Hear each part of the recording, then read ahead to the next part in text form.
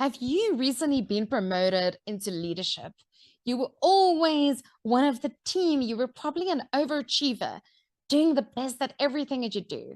And it completely made sense to you when you were promoted to supervisor and now manager. And maybe you've even jumped a few levels to director or exco. What can be different in your role now that you're in that leadership position? If you're simply jumping up from a technical employee to a manager, there are a few things that you need to look at differently in your role now. You need to identify your why. You need to know what is your purpose for your team and how do you want them to operate. What you then need to do is you actually need to set your rules of engagement and have a meeting with your team and tell them, how do you manage a team? What is your style? What are you expecting from them? And specifically, the little areas. How do you want them to communicate with you? Do you prefer getting a WhatsApp, an SMS, an email, a smoke signal? What is the ways in which they have to tell you if they're going to be late for work?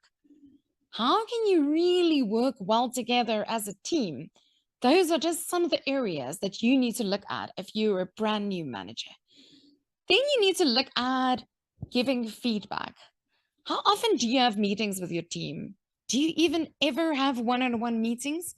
Or do you leave performance to only once a year when HR is telling you to do this? Feedback is that blind spot that people have. When you're actually sitting with a team member, they could not know about certain areas in their life and things that they're doing that their clients might be finding irritating, and also areas that they're doing well. Because what we tend to do is we tend to be that inner critic in our head that only sees the worst thing possible, and we tend to only zone in on those areas.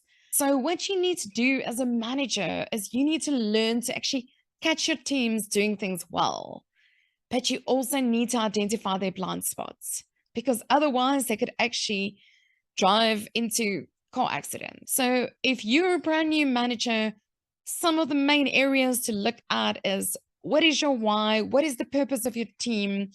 What is your rules of engagement?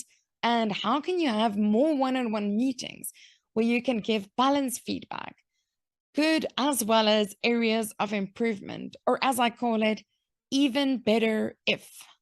Have a wonderful day. This is Yoga van Dam, your team and leadership expert.